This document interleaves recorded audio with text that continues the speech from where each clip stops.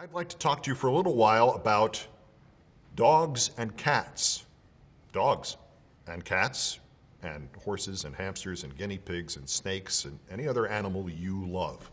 Because with one change made under this administration, a lot of them are going to die, and a lot of them are going to suffer, and you and I won't even be able to find out that it's happening. I am proud to tell you that I date the actual beginning of my life to when I got my first dog, not even 5 years ago. I grew up in an allergic household, and then I was always at work, and though I always loved dogs, it just wasn't possible. And then it happened anyway. And if you have a dog, or two, or 37, or a cat, or a dozen cats, or if you have ever loved an animal, you know. You could have been one of the people I called up in the months after I was born again, to whom I said, "Why didn't you tell me that dogs are one of the meanings of life?" Like I have to tell you this. Here's what has happened that has put the cousins of your dog or your cat or your bird at risk. You may have heard that the new administration has altered information and has even considered wiping out data at the public websites of all sorts of different federal agencies. Well, one of those agencies is the U.S. Department of Agriculture. And last Friday, the Department of Agriculture, the USDA, suddenly and without any warning, removed the inspection reports and other materials about the mistreatment of dogs and cats and other animals at dog and cat breeders, at zoos, at research laboratories, in circuses even.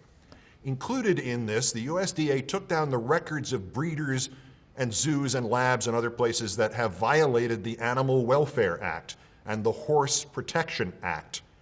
That puppy breeder you want to know about, do they crate the mothers and make them breed until they die? Do they make the dogs or cats live in filth? Do they give a damn about them? The animal research lab at a university or government facility, or just at a place where they hurt the animals for money? Do they do anything to keep the lives of these wonderful creatures from consisting only of misery and pain and torture?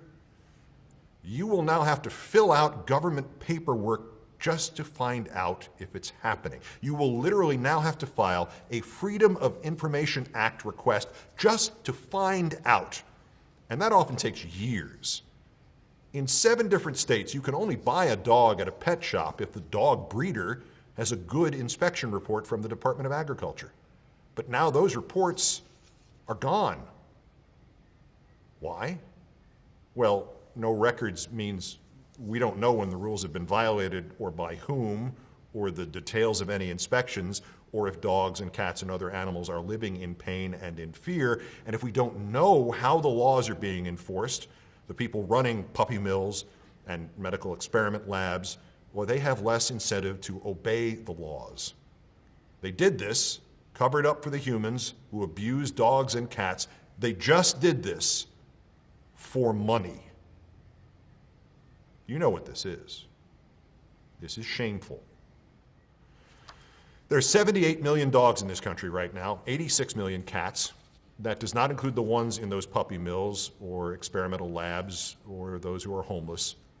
And now, in the Trump era, we not only can't try to help them, we can't even find out what has happened to them. And did I mention the other thing? The part about the new risk, not to some lab dog or puppy mill mother, the part about the new risk to your dog.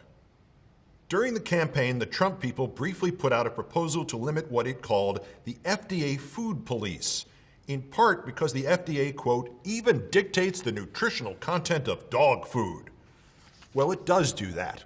The FDA food police insists that dog food cannot be sold if it has poison in it. 23 times in 1 year, the FDA food police reportedly recalled pet food. 11 of those times, it did so to pull poisoned pet food off the shelves. But that costs money, and it hurts the pet food companies' profits. And the pet food companies' profits are now more important than whether or not your dog lives or dies. Until one has loved an animal, a part of one's soul remains unawakened. Thanks for listening. Hug your pet for me.